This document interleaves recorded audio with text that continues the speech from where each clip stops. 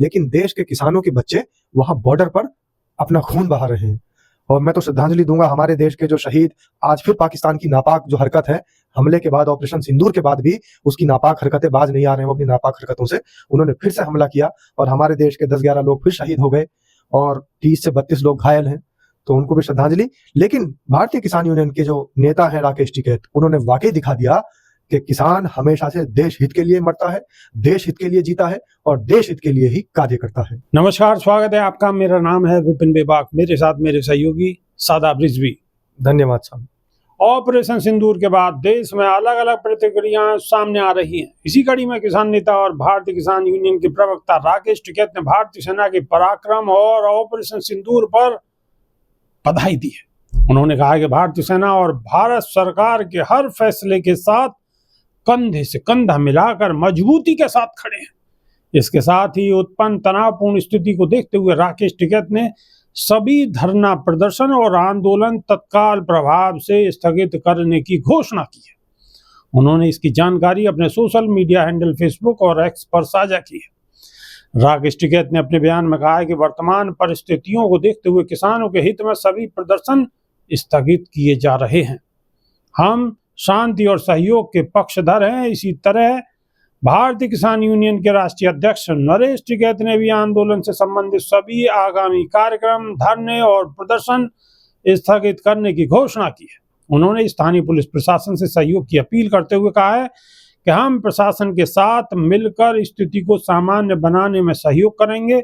सभी किसान भाइयों से शांति बनाए रखने की अपील है।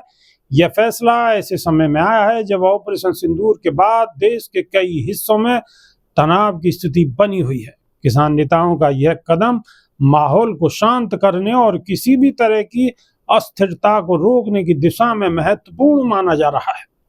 बीकेयू के दोनों नेताओं ने किसानों और समर्थकों से शांति बनाए रखने और प्रशासन का सहयोग करने का अनुरोध किया है। सोशल मीडिया पर भी उनके इस फैसले को लेकर व्यापक चर्चाएं हो रही। सादाब रिजवी, किसान यूनियन ने अपने जितने भी किसान हैं, सहयोगी हैं, सबसे आह्वान किया है कि शांति व्यवस्था बनाने में सहयोग करें।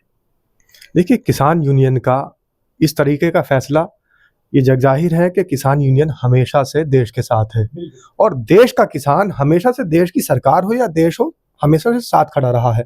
लेकिन उन लोगों के मुंह पर भी ये तमाचा है जो लोग हमेशा से इन्हें आंदोलनजीवी कहते आए हैं, जो लोग इन्हें खालिस्तानी समर्थक कहते आए हैं, जो लोग इन्हें देशद्रोही कहते चले आए हैं। अब किसी को कोई सर्टिफिकेट देने की ज़रूरत नहीं है। किसानों ने बता दिया है, किसानों ने जता दिया है।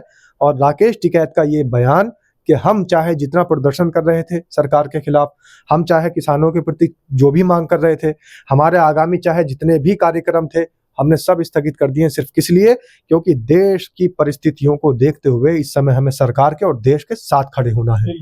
क्योंकि इस देश का जो किसान है, वो किसान अपने देश के अंदर मेहनत कर कर, मजदूरी कर कर, खेतों में किसानों के बेटे, किसानों के जो बेटे हैं वो जवान बनकर सेना पे लड़ रहे हैं, मजबूती के साथ खड़े हैं और देश को आगे ले जाने के लिए और दुश्मन का सीना चलनी करने के लिए लगातार बमबारी कर रहे हैं। मैं वही बता रहा हूँ कि देश का किसान तो यहाँ देश के अंदर पसीना बहा रहा है, लेकिन देश के किसानों के बच्चे वहां बॉर्डर पर अपना खून बहा रहे हैं।